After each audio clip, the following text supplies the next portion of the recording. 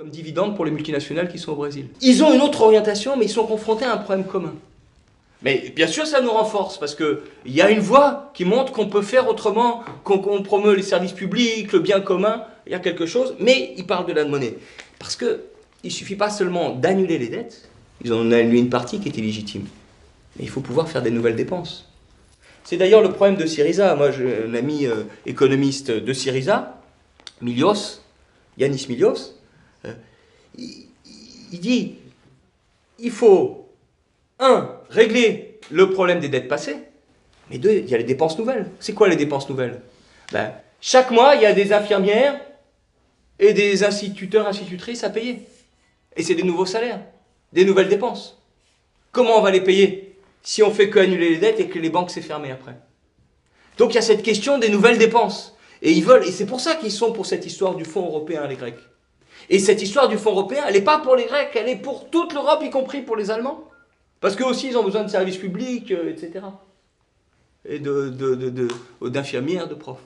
Donc, voilà, il faut tenir les deux morceaux, je pense. Mais effectivement, l'exemple de l'Amérique latine nous éclaire. Je vais noter. Une dernière question? Oui, c'est aussi au niveau de la croissance. Là, on entend ces jours-ci, la croissance repart, elle est en train de tourner, et l'emploi va encore baisser, puisque le chômage, voilà. Et donc, la question, c'est quel type de croissance il faut aujourd'hui, parce qu'on a beaucoup de contestations aujourd'hui sur ce qu'il faut faire. On ne peut pas continuer comme on l'a fait. Et donc, l'autre jour, on était en face à Macron sur le projet de loi. Moi, je suis à la CGT, donc sur un débat transport, notamment libéralisation des autocars, qui vont se bâtir sur la ruine du système ferroviaire. Enfin, ils ferment des lignes partout. Et donc, on lui disait, mais aujourd'hui, en termes de société, d'économie, les réductions de gaz à effet de serre, il disait que, en fait, vous prenez un peu l'illustration qu'un enfant chinois, il faudra sans doute 20 ans avant qu'ils puissent voir un peu le ciel bleu.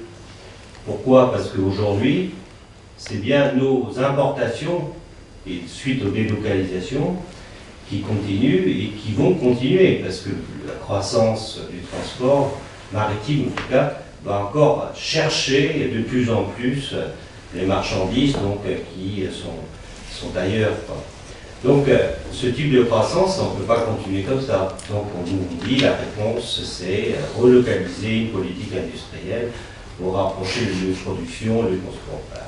Donc, moi, je pense que quand même, aujourd'hui, en France, il y a beaucoup trop de diversion, je dirais, et sans doute de contestation aussi sur la croissance qu'il faut dans ce pays, pour créer des nouvelles richesses, pour donc apporter du bien-être social. Et juste pour donner un autre exemple, du coût du capital, les sociétés d'autoroutes, tout le monde a entendu en parler.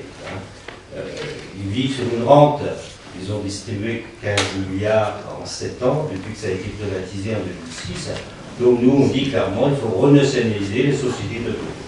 Alors moi, je pense qu'il faut également porter cette même perspective pour les banques.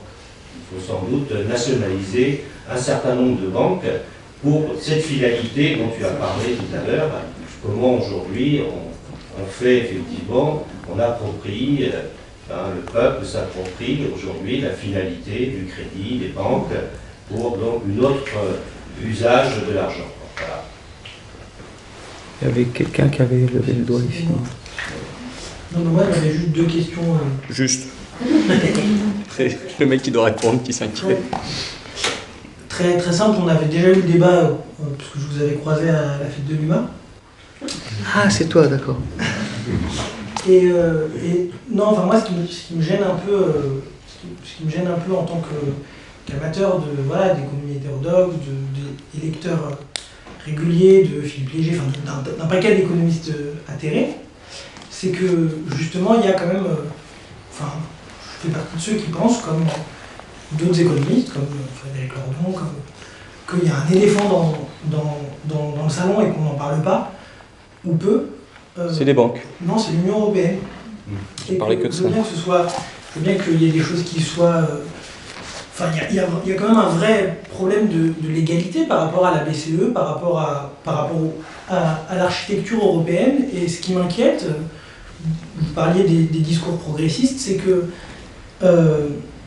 cette Union européenne, à force de laisser et d'abandonner la critique radicale de ces institutions qui ne peuvent être que souffertes, fuies ou détruites, à mon avis, on crée les conditions de possibilité du pire, à savoir les extrêmes droites en Europe, dont on voit qu'elles progressent.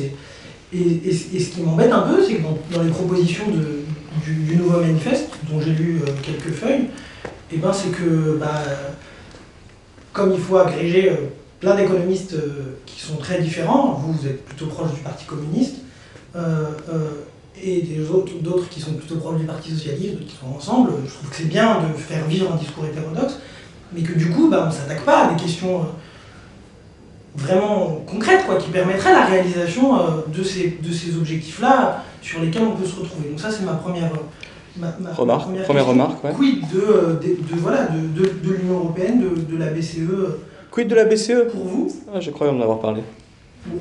Par contre, je suis désolée, mais peut-être que Frédéric Bocara devrait répondre dehors, parce que à 11h, malheureusement, on est... À minuit. À minuit, on est... Voilà. Ça marche. Ça, c'était la première. Parce qu'on fait des signes. Et la deuxième, c'était que... c'était par rapport aux propositions qu'on voit fleurir sur, par exemple, la fermeture de la bourse, ou l'interdiction, parce que là, il y a aussi... Moi, je ne suis pas d'accord avec vous sur le fait que le droit je pense pas que le droit fasse tout.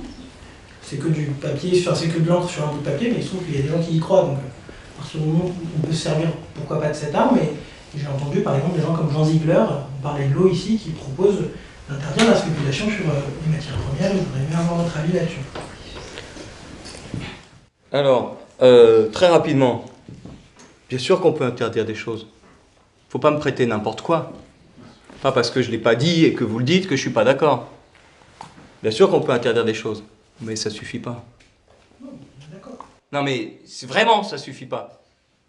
C'est-à-dire s'il faut faire autre chose, il faut développer l'eau comme un bien commun, pas seulement interdire la spéculation dessus. Ce qu'elle dit de vrai dans la pièce de théâtre, c'est qu'il faut amener l'eau aux gens. Et il faut de l'argent, il faut de la sueur des gens, il faut avancer les salaires des mecs qui vont tirer les canalisations, etc. Et puis il faut la purifier, l'eau et tout, et puis il faut la redévelopper pour pas qu'on la pompe simplement, mais qu'elle se reconstitue. Donc c'est vraiment ne voir que l'interdiction, mais c'est en dessous de ce qu'était l'Union soviétique, qui voyait que les fermetures et les frontières. Je fais exprès, on s'entend bien. Parce que il faut voir le besoin de changer dans nos têtes. On ne doit pas simplement des interdictions, on va bloquer, mettre des digues et tout, ça a marché. Non, il faut une politique positive, il faut des choses nouvelles. Ça ne marchera pas sinon. Je m'excuse de profiter de la tribune pour vous le dire comme ça, mais c'est ça. Alors, la Banque Centrale Européenne, je n'ai fait que parler d'elle. Alors bien sûr, on peut dire, je veux tout ou rien. Je veux tout casser, plus d'Europe, ça ne se fera pas. Non, plus d'Union Européenne et plus de BCE. En attendant, elle se fait. La BCE, elle agit en attendant. Et je ne vais rien dire sur ce qu'elle fait. Moi, j'ai écrit. Et ils sont obligés de prendre. Et ils sont obligés de bouger. Ils mettent 1000 milliards. Et dont une partie va aller à la Grèce, qu'on le veuille ou non. Qu'eux ne le veuillent pas, ils vont être obligés de mettre à la Grèce. Et c'est ça, la lutte. C'est des compromis pour avancer. C'est pas tout ou rien. Le tout ou rien, ça désespère. Le tout ou rien, il faut tout casser. Et alors, on oppose les pays entre eux. Et on dit, la méchante, c'est les Allemands. C'est pas les Allemands, les méchants. Ils sont gentils, les Allemands. C'est Merkel qui est mal intentionnée. C'est la bourgeoisie allemande. Oui, mais... Parce que dire, l'objectif, c'est casser l'Union européenne, c'est casser l'union entre les Européens. Nous, on veut une autre Union européenne. Et c'est ça l'objectif? Alors là, je suis d'accord. Et donc, on va changer les traités. La BCE, elle va commencer par faire autre chose. Mais c'est autorisé par les traités. Oui, ça subvertit les traités, mais c'est autorisé. Parce que l'argent des Européens peut servir au service public. Vous ne le voulez pas? Dites-le que vous ne le voulez pas. Voilà ce que des hommes politiques responsables devraient dire très fort. Qui peut répondre ça à quelque chose, à quelqu'un qui dit l'argent des Européens doit servir au service public des Européens? peuvent rien répondre les autres. Voilà, ça permet d'avancer, compromis pour avancer, et on continue. En 1945, quand en France on a fait la sécurité sociale ou dénationalisation, il y a des gens qui ont dit que c'était tout pourri, parce que c'était pas immédiatement le grand bonheur communiste. Est-ce qu'il fallait un grand bonheur communiste? J'en sais rien. Mais ça a été une vraie révolution, parce que la sécurité sociale, c'est quoi, en réalité? Et parce qu'on a pourtant conservé les mutuelles, conservé des inégalités. Ah oui, c'était pas le grand changement. Pourtant, c'était un énorme changement et c'était une vraie révolution. La sécurité sociale, c'est je donne en fonction de mes moyens, normalement, et je reçois en fonction de mes besoins. C'est une révolution en acte. Et aujourd'hui, si on peut faire une révolution en acte, c'est quoi? La BCE créerait son argent pour que ça développe l'emploi. Mais c'est une révolution. D'où les banques créent leur argent pour que ça développe l'emploi. Est-ce que vous avez vu dans le capitalisme que les banques sont faites pour développer l'emploi? Non. C'est ça ce qu'on demande. Il n'y a pas plus radical. Mais on va prendre des choses plus magiques. Et non, il faut sortir de la pensée magique. Ça, vraiment, je crois que c'est important. Alors, la croissance. Il y a les chiffres de la croissance, là. Typiquement, ça remonte, ils parlent de reprise. C'est pas vrai. Même eux, ils sont gênés. Ils disent reprise, pas reprise, on ne sait pas, etc. Et d'ailleurs, l'emploi s'est démoli. L'emploi est précarisé et démoli, le chômage s'est envolé, etc. Et je ne sais pas si vous avez vu d'ailleurs, le grand éléphant absent, c'est les banques chez les néolibéraux. Il y a eu un article de Tirole, là, qui est un charlatan, le prix Nobel d'économie, et puis deux sous-charlatans de l'INSEE, Cahuc et Kramartz, qui disent « Depuis 2007, le chômage s'est envolé, c'est à cause du coût du travail. » Qu'est-ce qui s'est passé depuis 2007? Les banques. Ah, si le chômage s'est envolé, c'est parce qu'il y a eu ces banques qui ont fait ça. Et on n'en parle pas, ils ne parlent pas des banques. Ils ne parlent pas du coût du capital, ils ne parlent que du coût du travail. Voilà! Plutôt que de nous étriper en disant « Pourquoi vous parlez des banques? On devrait parler des méchants voisins des autres pays. » Non, il faut parler des banques, prendre le pouvoir sur les banques. Prendre le pouvoir en Europe sur les banques et changer cette Europe pour qu'on ait le pouvoir sur les banques. Si on dit ça ensemble, là on est d'accord.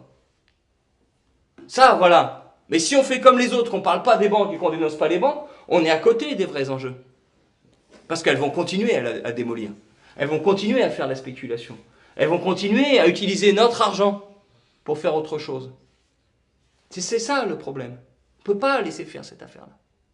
Et la croissance, elle va continuer à être pourrie.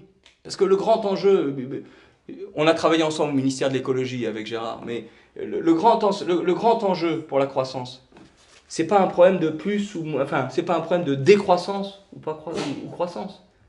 C'est la croissance des bonnes choses à la décroissance des mauvaises choses. Il l'a dit comme moi. Et on a la croissance financière, ça veut dire quoi? Ça veut dire la défense avec d'énormes buildings, une région parisienne complètement folle par vous voyez, la défense, les buildings, les transports qui vont à la défense, le chômage à Nanterre à côté, et puis des petits la défense partout, et puis la production qui se fait à l'autre bout du monde, qui va polluer à l'autre bout du monde parce qu'on s'en fout et qui va polluer en plus en revenant. Alors que, voilà, ça c'est les problèmes d'aujourd'hui. Et donc il faut toute autre croissance. Et c'est quoi une autre croissance? Eh ben, à quoi servent les investissements? Et qui font les investissements? Les banques et les entreprises. Donc que font les banques et les entreprises avec notre argent? Et donc c'est cette histoire qu'il faut commencer à récupérer, mais c'est le même enjeu qu'au moment où, dans les pays de l'Ancien Régime et dans les sociétés de l'Ancien Régime, les gens ont commencé à récupérer le pouvoir sur leur argent que le roi a approprié pour des fêtes somptuaires à Versailles. Non, là c'est notre argent qui est approprié pour des folies où on se gave sur la planète et sur les gens. Et c'est ça le grand enjeu pour une autre croissance, et un autre développement, pas seulement une autre croissance, et une société épanouie et désaliénée. Voilà, on ne peut pas tout dire. Si juste une chose, et pour ça, nationaliser les banques ne suffira pas. D'ailleurs, elles ont été nationalisées en 82, mais elles ont fait la même chose. Donc c'est pour ça qu'il faut être lucide, il faut un autre crédit, donc il faut des banques qui fassent autre chose.